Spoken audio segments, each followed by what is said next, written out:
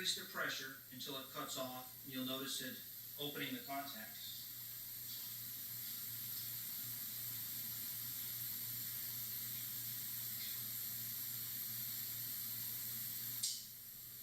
And they opened at 64 psi because I had tightened this screw down.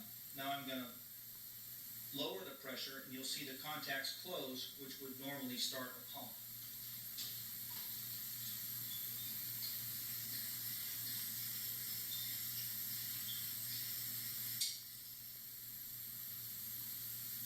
And they closed at 44.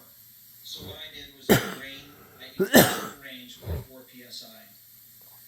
Now I'm going to tighten the cutoff only and see if I can go up a couple pounds. This is a little stiffer. 2, 3. And this time we'll see what the cutoff when the contacts open is going to be.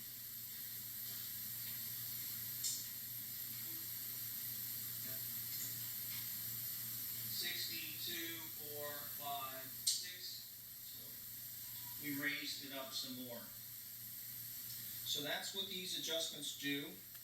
The center one again is your range. You're moving that range up and down. The outside is the cutoff only. And you would adjust this if your pump was cycling on and off a lot. This might have gone out of adjustment. The reasons it could go out of adjustment is because these are metal springs, and depending on the temperature and also the age of the pressure switch, they tend to change their value, and you would have to readjust the pressure switch. Also on the bottom of the pressure switch, we'll disconnect it. Inside is a small orifice. The square D, the orifice on the inside of the fitting is a little bit larger, and there's a screen in there, and that could get clogged with debris, and that could cause this to not operate as well. So if you have it so that you can remove this without losing water pressure, then you'd be able to clean this off. Okay. When you're adjusting these screws, you want to have a nut driver that's hollow. I don't know if you can see that, but Craftsman's they have a hollow shaft, and that way it'll fit over the threaded rod, and you can adjust it counterclockwise or clockwise. We're going to show you the contacts opening. The contacts are open now because the pump will be turned off. The pressure has been satisfied. So as we lose pressure,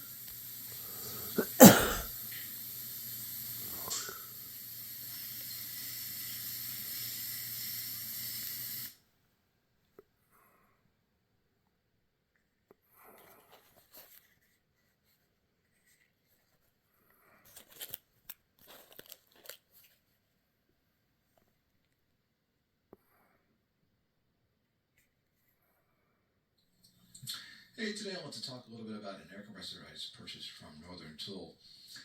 I had an old, actually it wasn't that old.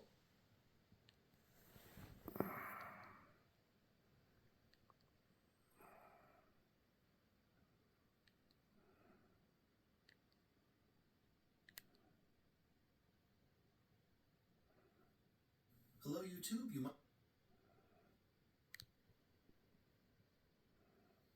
Are you setting the air pressure on your... Looking for bladder leak protection designed for worry-free sleep? Try Poise Overnight Pads. With a 75... Are you setting the air pressure on your air compressor correctly before you start airbrushing?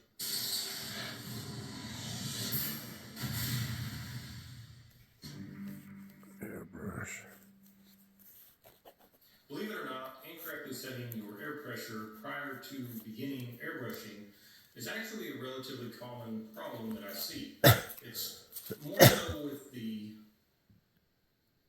folks that are just beginning to learn how to airbrush. So I thought I'd throw a video together and show you guys how to do it correctly. Depending on the compressor that you're using, you will see either 1 or 2 gauges on your compressor.